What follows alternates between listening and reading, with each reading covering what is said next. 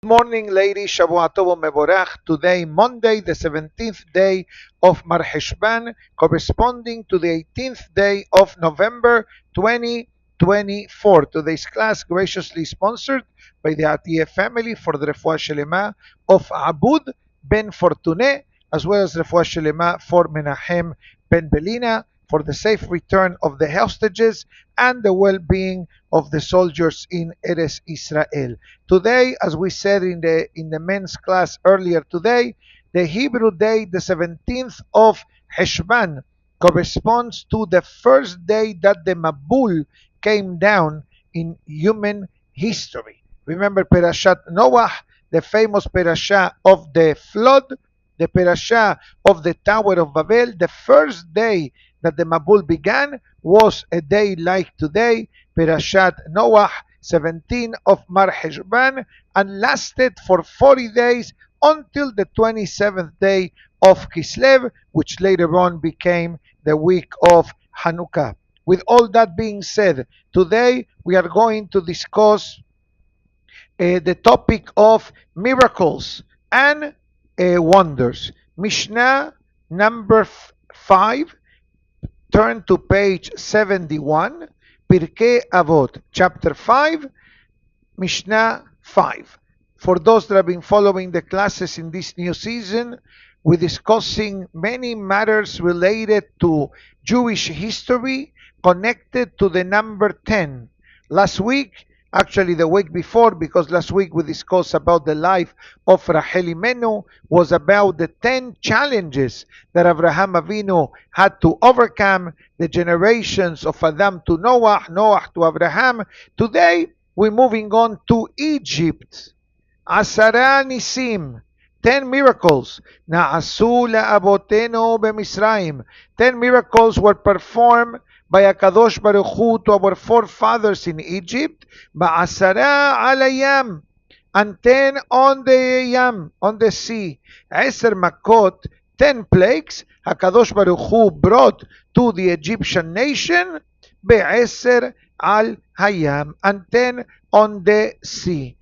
Even though that the Haggadah of Pesach does agree with the 10 plagues in Egypt, but then there are three opinions in the Haggadah how many plagues were actually in the Yam Suf.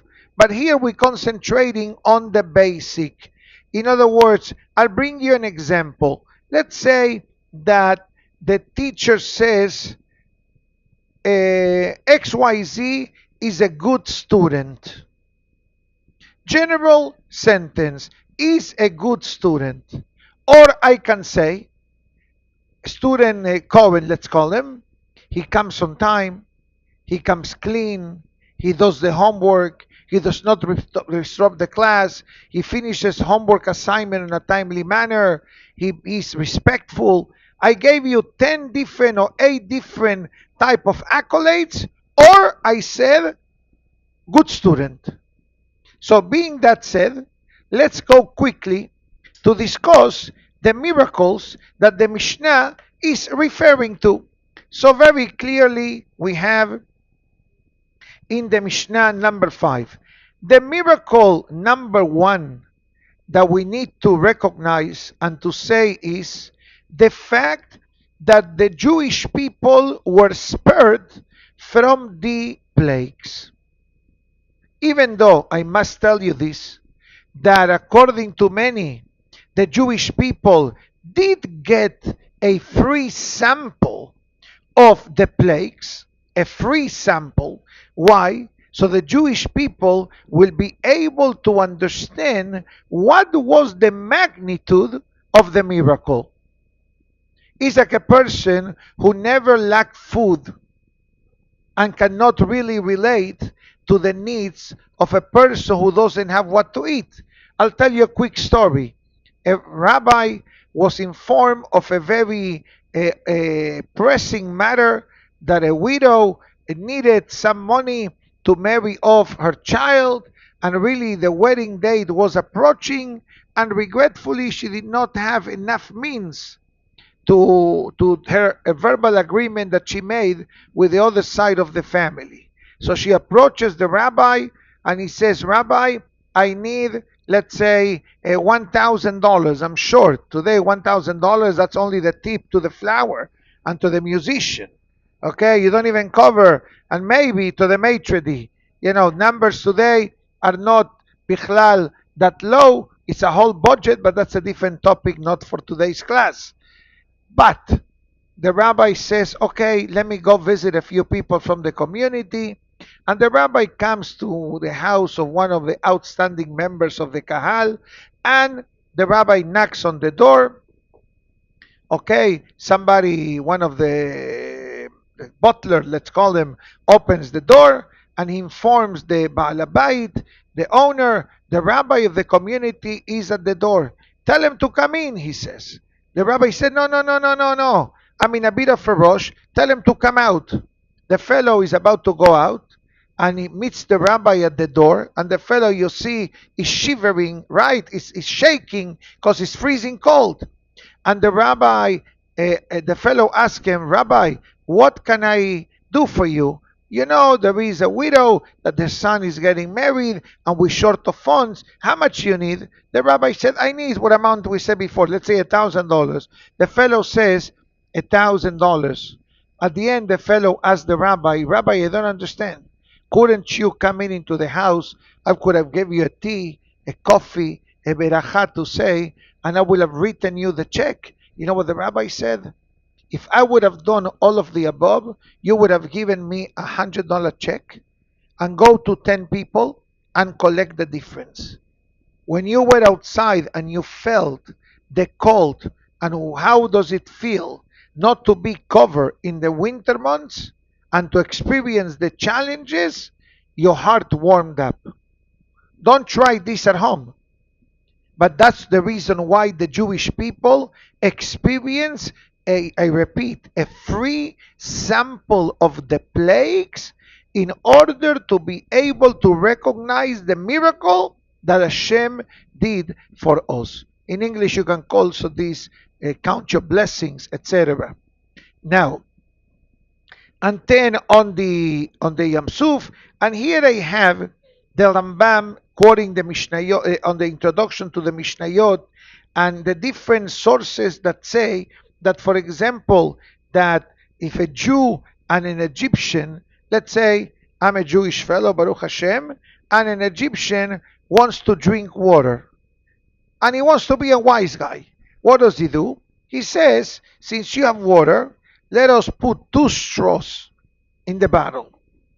One person will drink water, the other person will not drink water. You can understand what was the outcome. An Egyptian wanted water, no problem. Pay for it.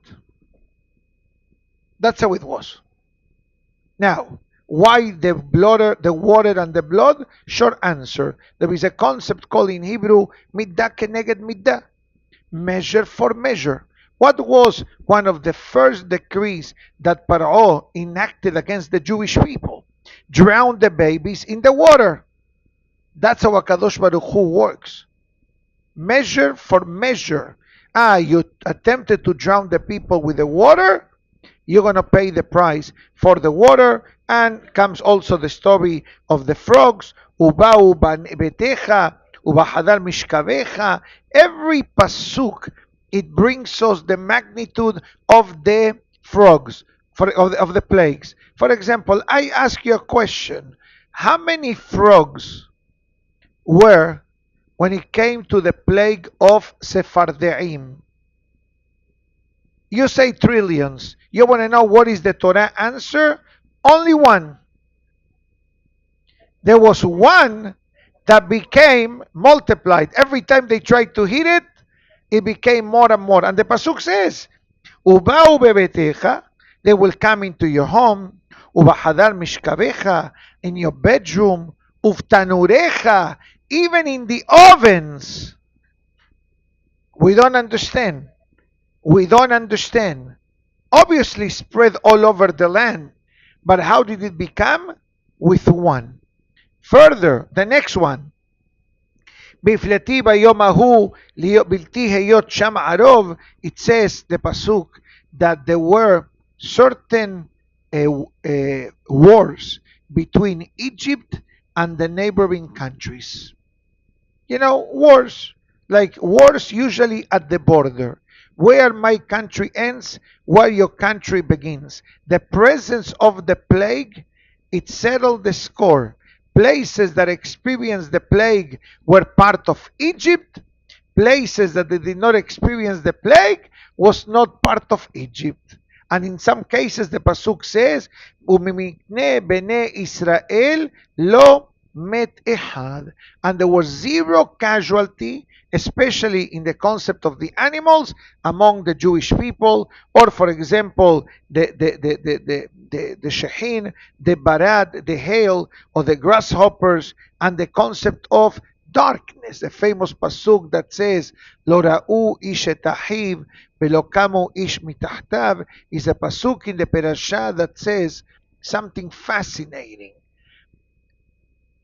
Let me preface this with the following question. Is darkness tangible or abstract? Abstract, with one exception. In Egypt, the darkness was tangible. Darkness can exist due to the lack of light. Agree? If we close all these windows, unblock the see-through glass, and shut down the light, and shut down the digital screen, the slideshow, and we don't look at our cell phones, this room will be completely dark. Open one minuscule window of that door, suddenly the light will come in, how small it is, and will dissipate darkness. So we understand, if there is light, there is no darkness. If there is no light, there is darkness. Now, usually at night, let's say a person wakes up in the middle of the night. You stretch, you get up, you can move. In Egypt, the pasuk says, "Lo ra'u ish et ahiv." They were not able to see each other. "Velo kamu ish mitahtav," and no one was able to sit. What does it mean, not able to sit? Let's say that suddenly the plague of darkness began. You remain frozen physically until the end of the plague. That's what I meant. It was tangible.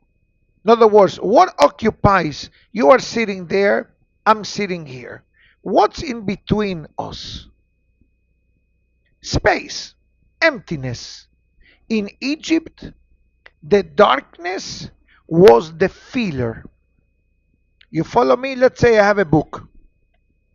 How do I print the book? First of all, I need to have white pages. Then I need to create in the system a margin. Then I have to set it up. I press print, and the blank ink goes into the paper wherever I need to go. In Egypt, there is no white space. Everything was connected. And if there was no human, there was darkness. And that darkness made it impossible to move. But Ulchol bene Israel haya or, the pasuk says. But the Jewish people had light. In these 3 days, regretfully, I must say this, was the day that many casualties of the Jewish people perish for the simple reason of not believing or wanting to go out of Egypt. That's what the pasuk writes in Perashat Beshalach, the parasha that follows the plague of darkness, the parasha that speaks about the 10th plague, Makat Bechor. No, that's in Perashat Bo Mechila. But when the pasuk talks about the Exodus, the pasuk, now I have it right. Vahamushim alu bnei Israel me'eres Misraim. There are many different opinions. What is the meaning of the word Hamushim? Basic explanation is from the word Hamisha. 1 out of 5. 4 stayed, 1 left. 4 stay, 1 left. So if, based on the Midrashim and the calculation, 3 million people, men, women, children, young, old, anywhere in between, came out of Egypt, give or take, So multiply that number by 5. 4 stayed behind. That's 12 million. 3 came out. So what was the population of the Jewish people in Egypt? Give or take 50 million, which is the same amount that we have now. Today we are more or less between 15 and 16 million Jewish people spread all over the world. And guess what? Our state of Florida is reaching the 1 million of Jewish people. Almost, yes.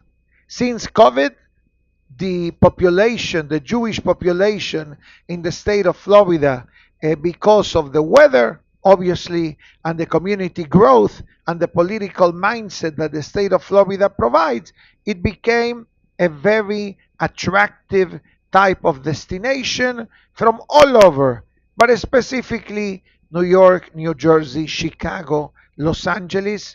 This is the bulk of the people moving to America, but I mean moving to America, relax, moving to South Florida.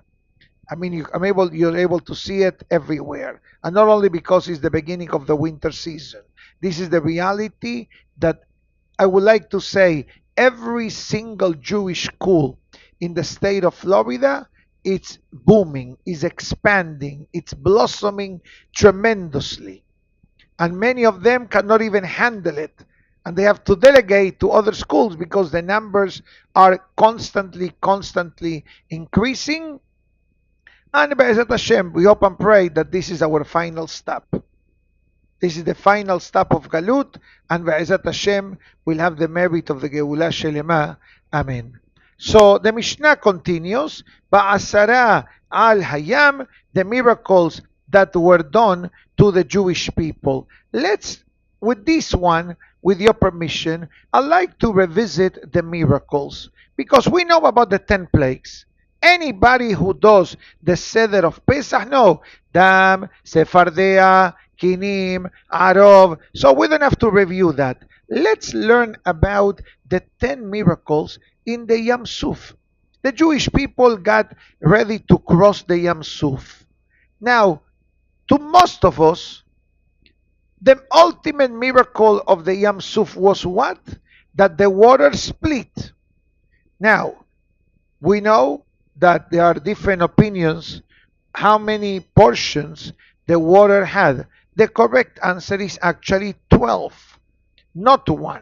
It's actually 12, one for each tribe. Beautiful.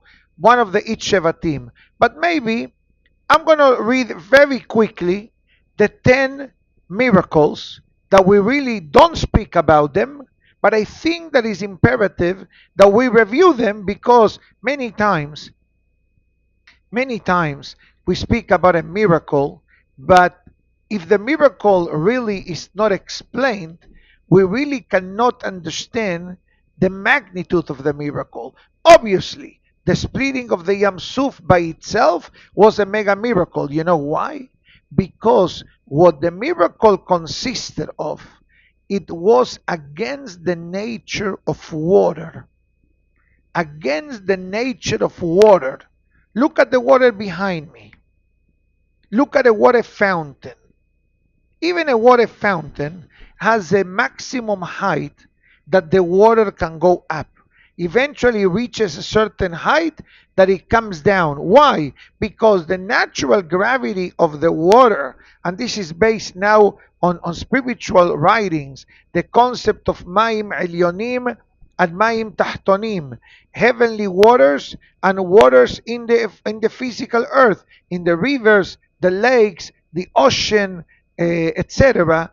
The nature of the water is to stay flat, calm, good, moving in a wavy manner without major agitation. Suddenly comes Moshe Rabbeinu and tells the water, beautiful, these two white thingies, there's no signage here. Usually, if I have something like this, I'm supposed to read the text that says, today's special breakfast and class graciously sponsor. Today, they are blank. We're playing with the light, the reflection of my face into the acrylic. If it mitigates and lets the light shine, I feel like I'm in a studio.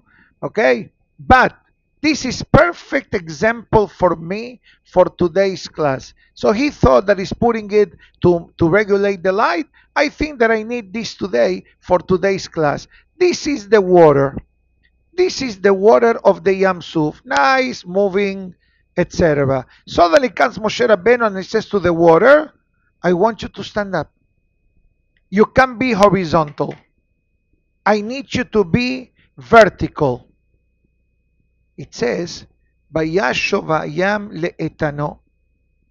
The Pasuk writes in the Perashah that the water receded back to its original way. You know how our rabbis read this verse? Vayashov hayam le'tenao. It says when God created the world, tells the water of the Yam Suf, listen to me, you're going to be flat, but I need you to do something for me. What do you want? I want you one day, somebody will come to you, Moshe Rabbeinu, with a staff, and he's going to tell you, get up. The water says, yes. That's why the Pasuk says, Tenao, the word actually means Tenao. Etano means strength, etan. Tenao means condition. Tenai, like Tenoim. In the Ashkenazic world, don't they have Tenoim? Have you heard of this? Tenoim means a condition that the groom and the bride commit themselves to come to the wedding on time and to show up.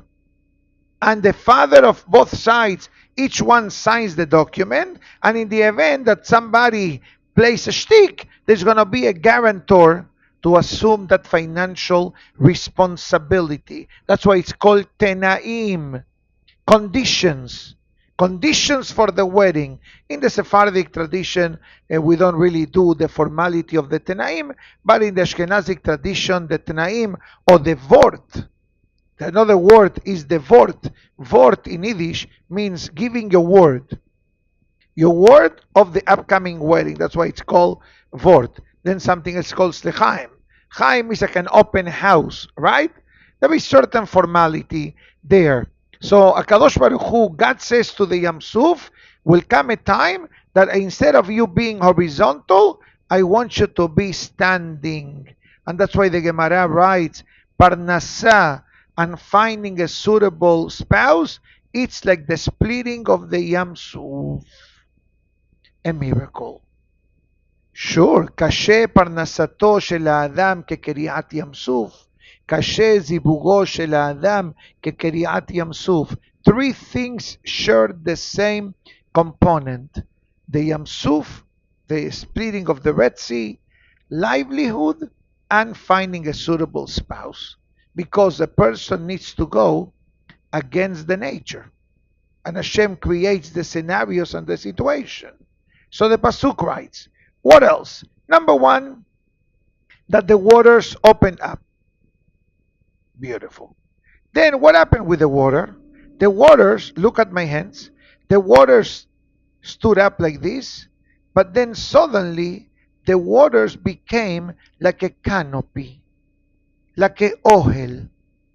So the Jewish people were walking under a tent, like a chuppah. What is a chuppah? They walk through the walkway, and then you have pork poles, and you have flowers or talet, whatever they do. That's exactly what happened. That's miracle number 2. Number 3, karkaayay ayam naasa yabasha. What happens now if somebody spills water on the floor? Hazaku Baruch. What happens if I put water on the earth? It's gonna be muddy. So imagine yourself that this piece of land has been harboring water for the past 2,448 years, and suddenly I'm using a vacuum cleaner to dry the floor. Guess what? Bayabasha, the earth by miracle became dry.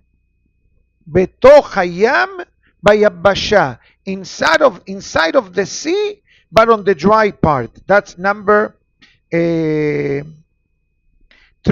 Number 4, the earth of the soil or the ground of the Yam, the sea, that the Egyptians were chasing after the Jewish people. Haya Homer Betit.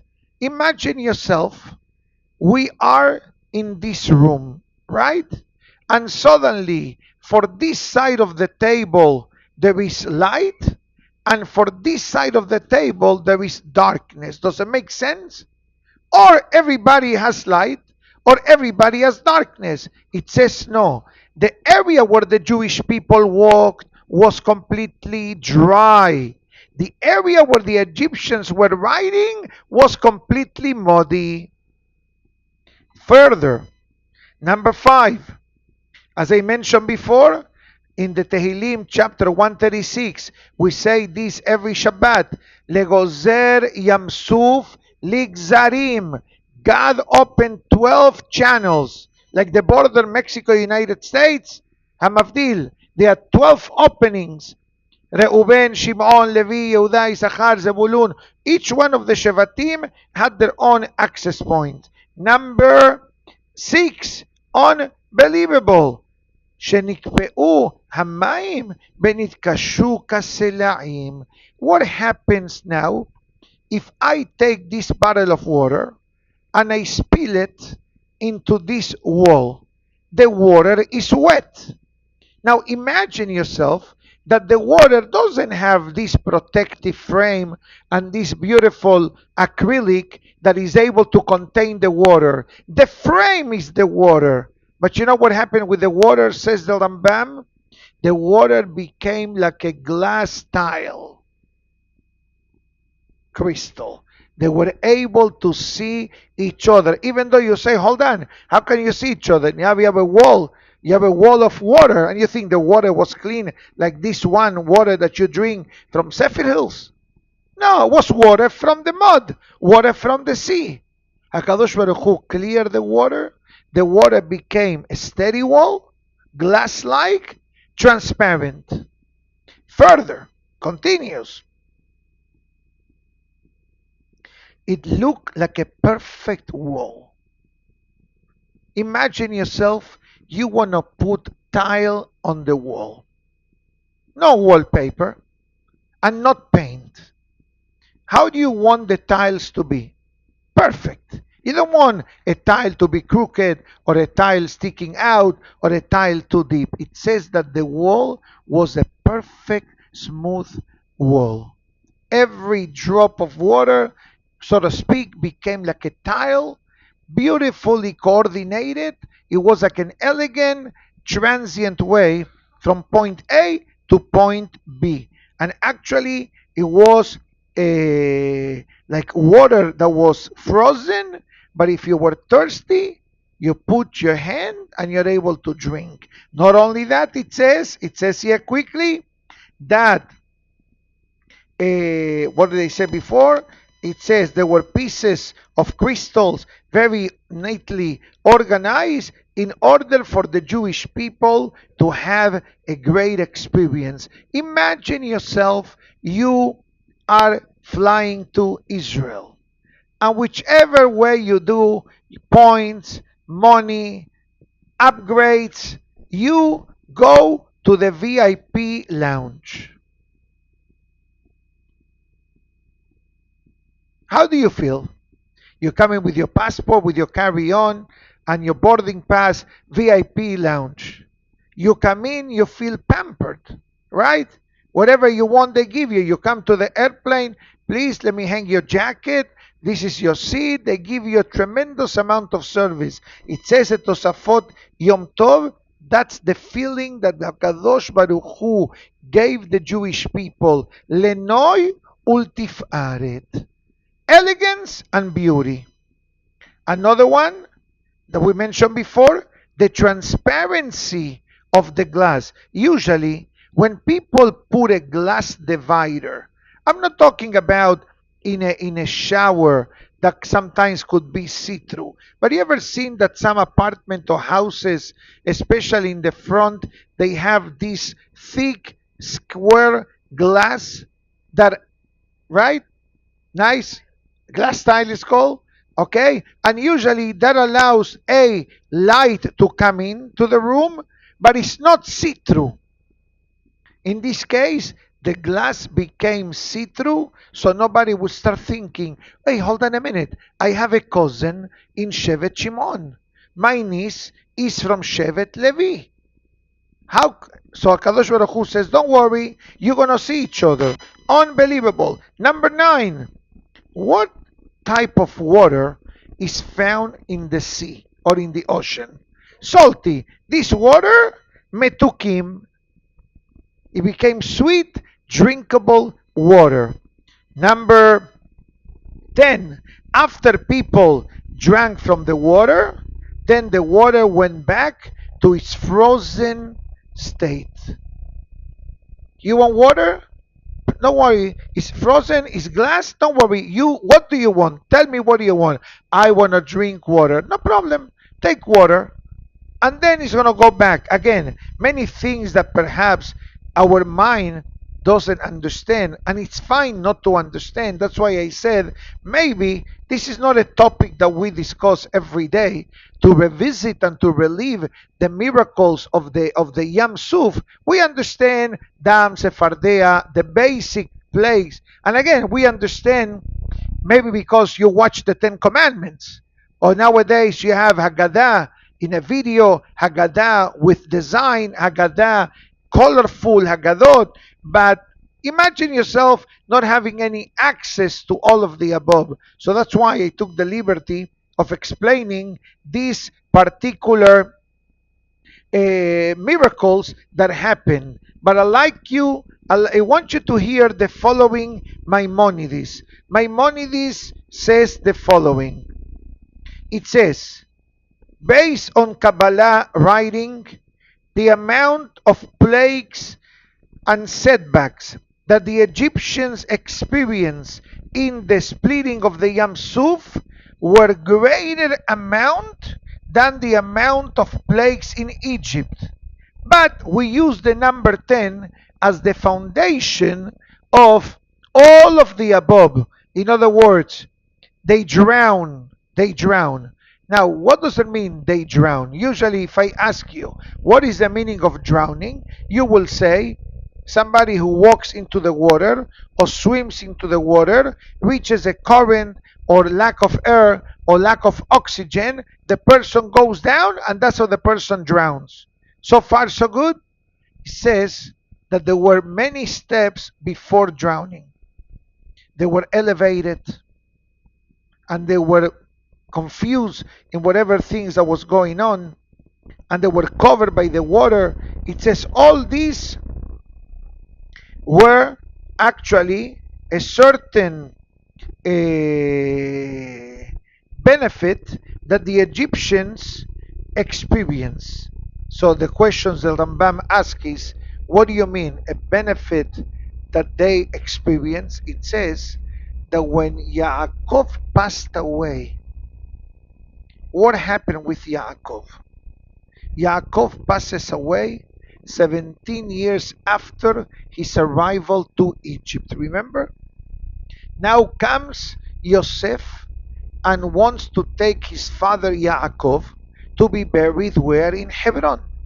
Next to Abraham, Isaac, Sara, Rivka, Leah, Adam, Hava. So what happens with Paro?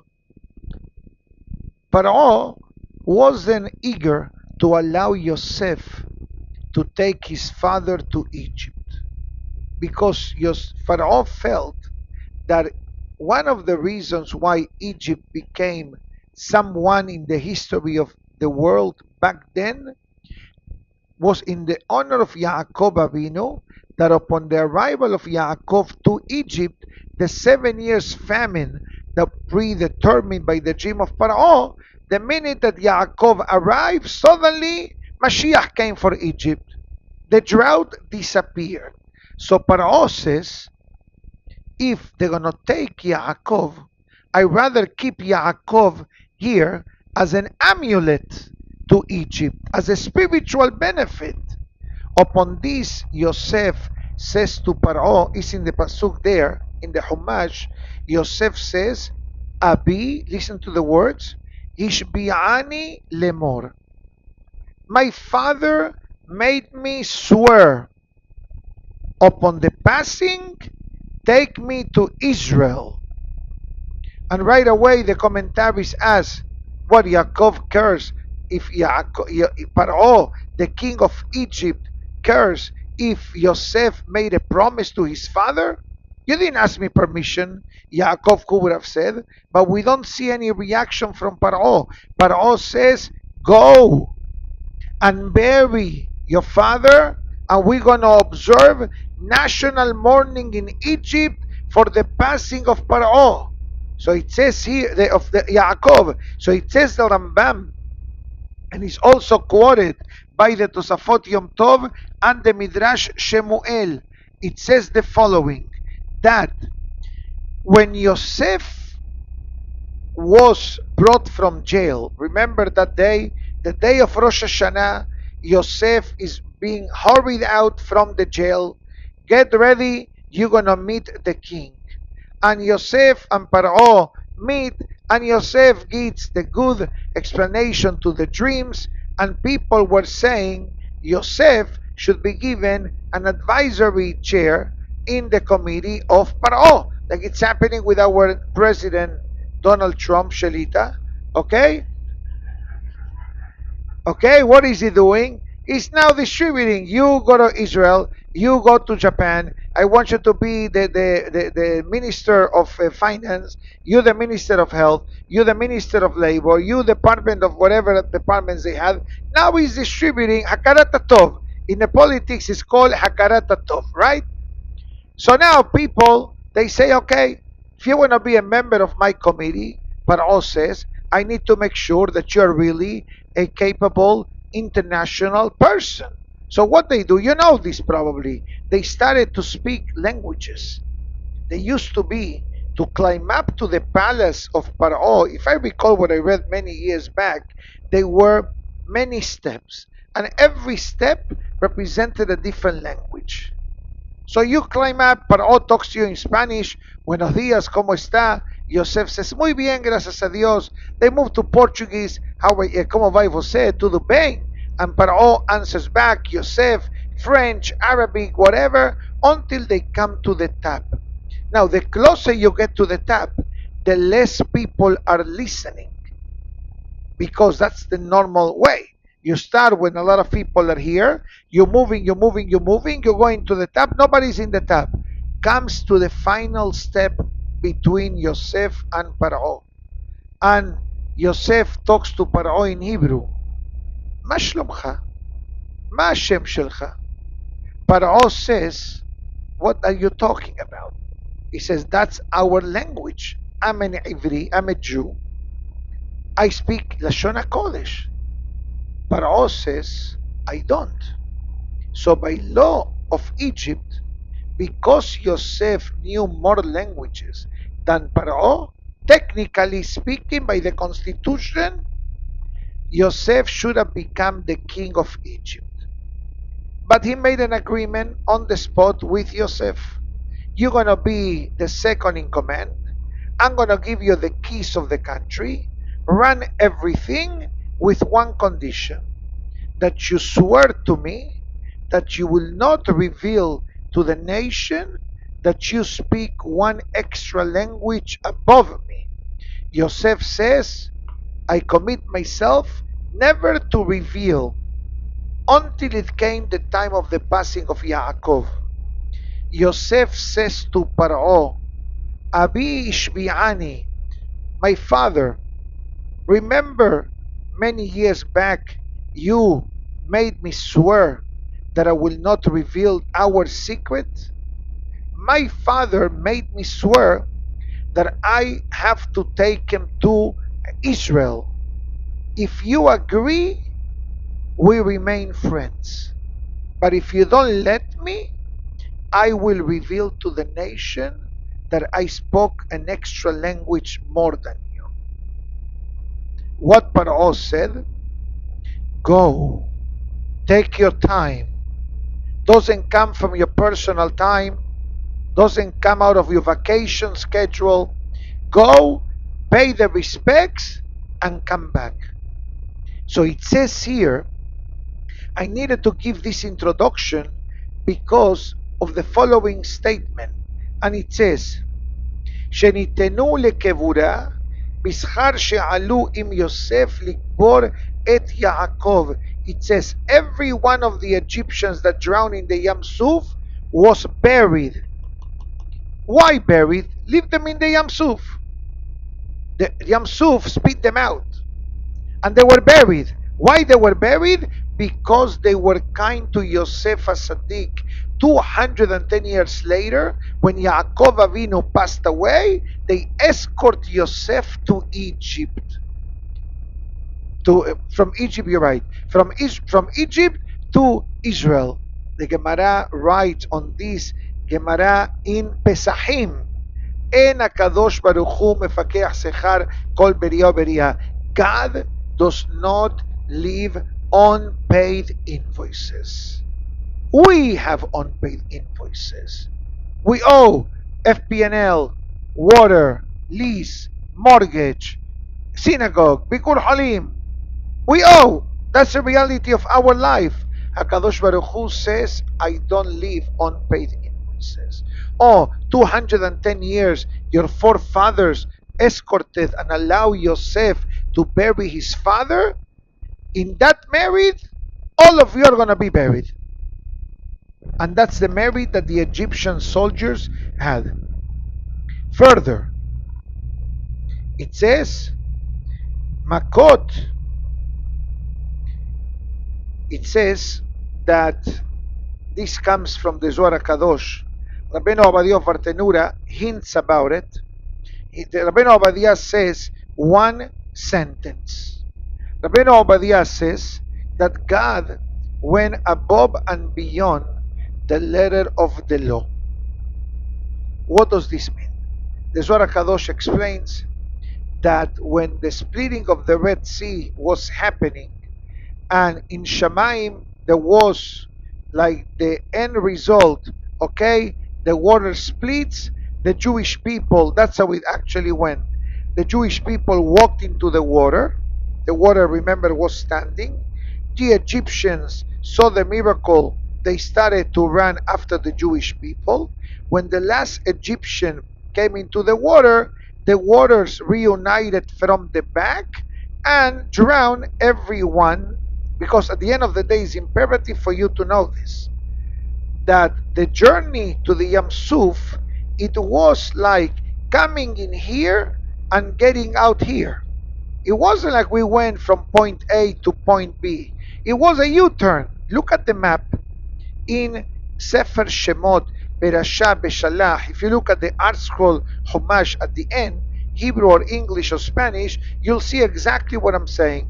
They went in to get out here. So what happens? So it says that in Shamaim there was a debate among the angels. Who was the debate? The representative, let's call them the ambassador of Egypt in Shamaim, and the representative of the Jewish people in Shamaim.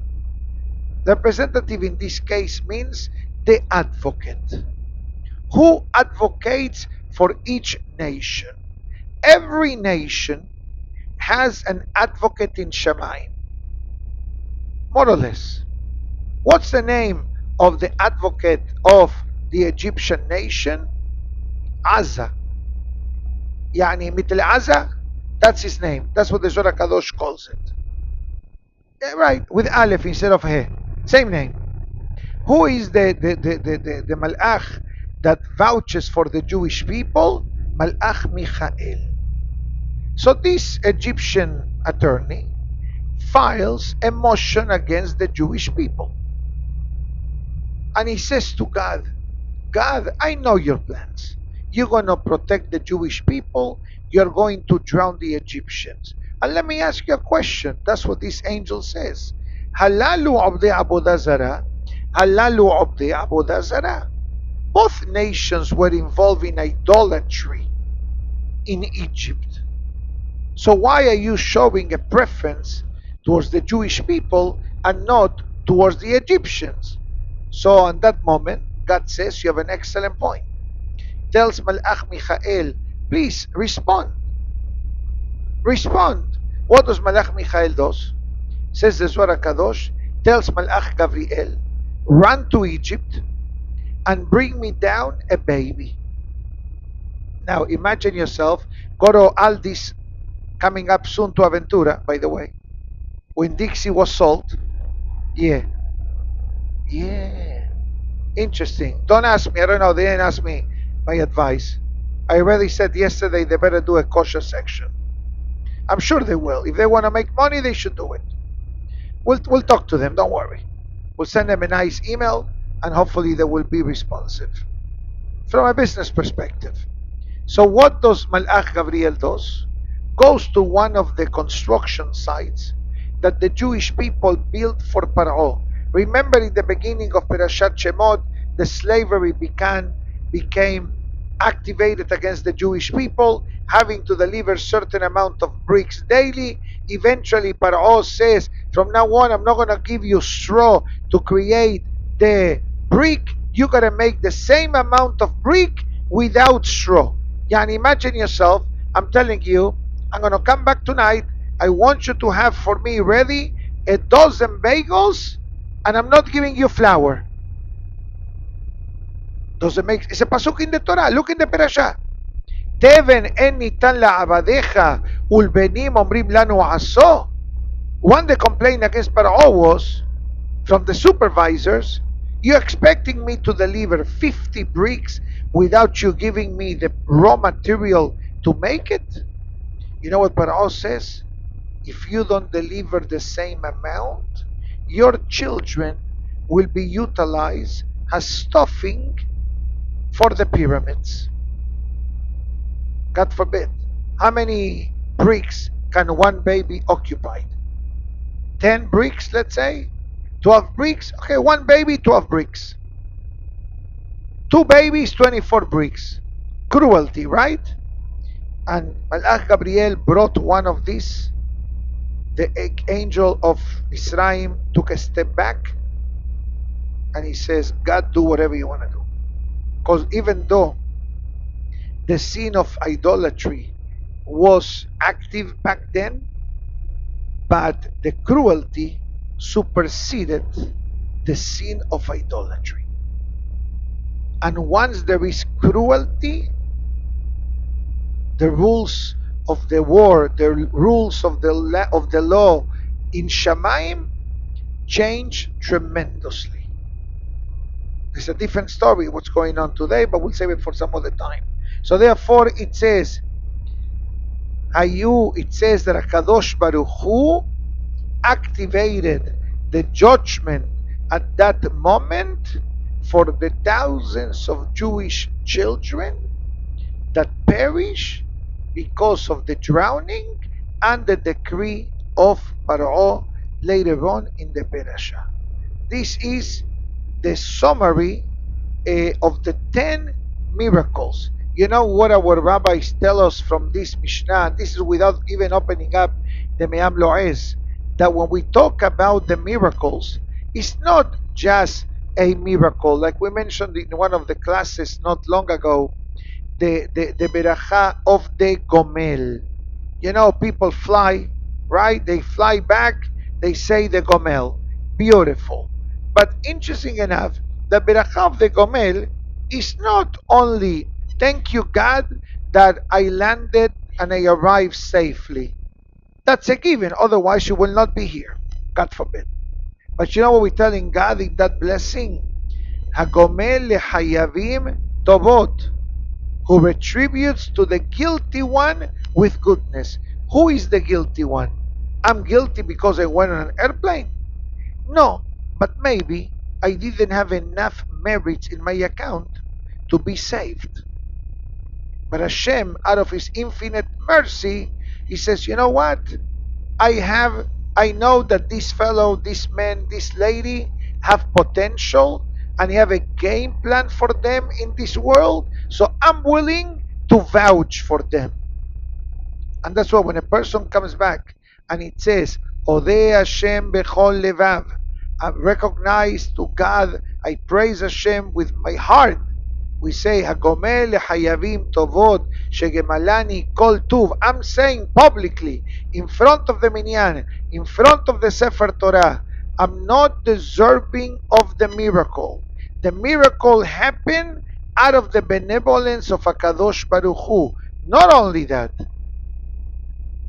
not only that, a few weeks ago, we started to recite a prayer for the release of the hostages. We have been saying this prayer, but there is an updated version that came geared specifically for the hostages. We have the general prayer for what's happening in Israel. In one sentence, we speak about the soldiers, the wounded, and the hostages.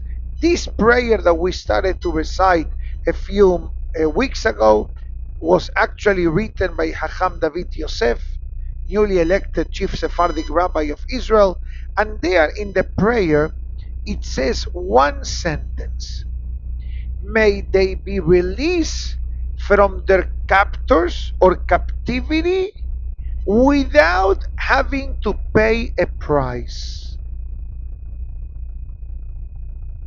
What is the meaning of not having to pay a price? We need to know one basic concept when it comes to miracles. The Gemara writes clearly, I'm sure you know this, but I'm going to say it, I'm reminding myself, and you happen to be listening. En somchim al hanes. You cannot say, oh, God is going to make me a miracle. Obviously, our life, our existence as human, as a family, as individual, as a nation is nothing short of a miracle. But on the other hand, you cannot do something extreme or something crazy saying, God will save me. A very classic example, you want to come to the synagogue on time, but the way you're going to achieve that is by speeding in the highway. Does that sound normal to you?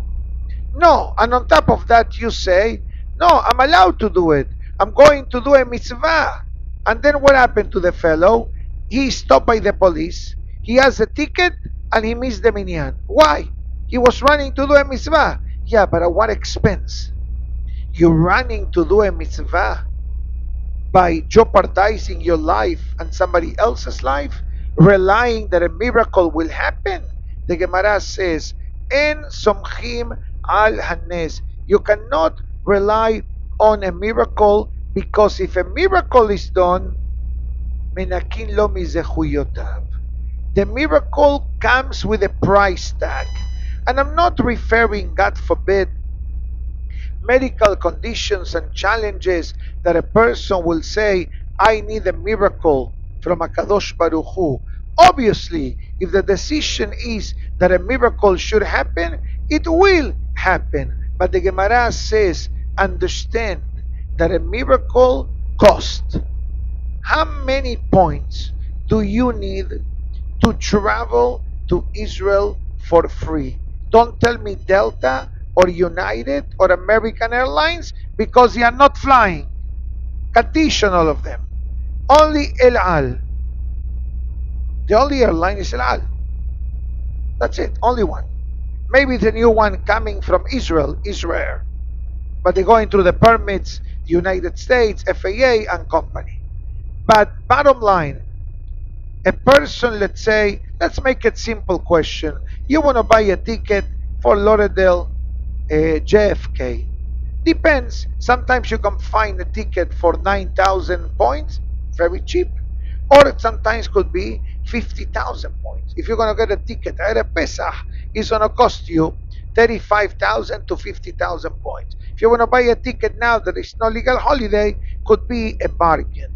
But one thing is for sure, you want to fly for free, it comes with a ticket cost. Points. In Shamayim is the same. The Gemara says, if a miracle is performed, they deducted X amount of mitzvot from your account. In other words, let's say you want a miracle for XYZ, okay, your approval A pre-approved mortgage point is 100,000 mitzvot for this miracle. So what happens now? It says the Ish Masliach something fascinating.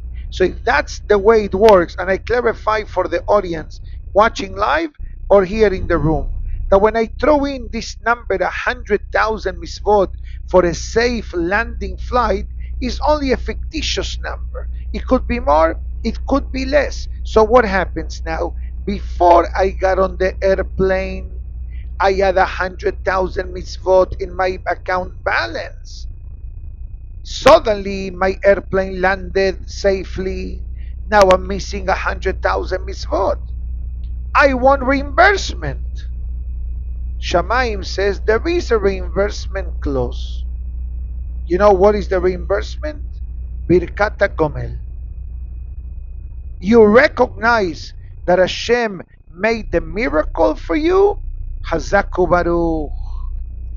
And that's why you say, Hagomele Hayavim Tobot. I'm not deserving. It happened out of the compassion of HaKadosh Baruch Hu. Oh, you recognize that Hashem's compassion is what make this miracle for you? Thank you. We give you the money back, full refund, no question asked, and no restocking fee. Sometimes you return something, right? Don't they tell you 20% restocking fee? In Shamayim, there is no restocking fee. To close this class, you don't need to fly on an airplane to have miracles being experienced in life. Sometimes the miracles are happening in front of us, and as long as we are able to see them and to be grateful to Hashem and to count at the blessings that Hashem gives us, believe me, Hashem, as we say in the daily prayers, Avinu, Avarahaman, Menachem, Rahemna Alenu. Hashem is our Father. Hashem is compassionate. Hashem has a tremendous amount of compassion and benevolence to cover everyone. Have a great day, everybody. Shavua Tov Meborach. And we'll see you tomorrow for the Spanish class. Baruch Adonai Le'olam. Amen be'amen. Shavua Tov Meborach.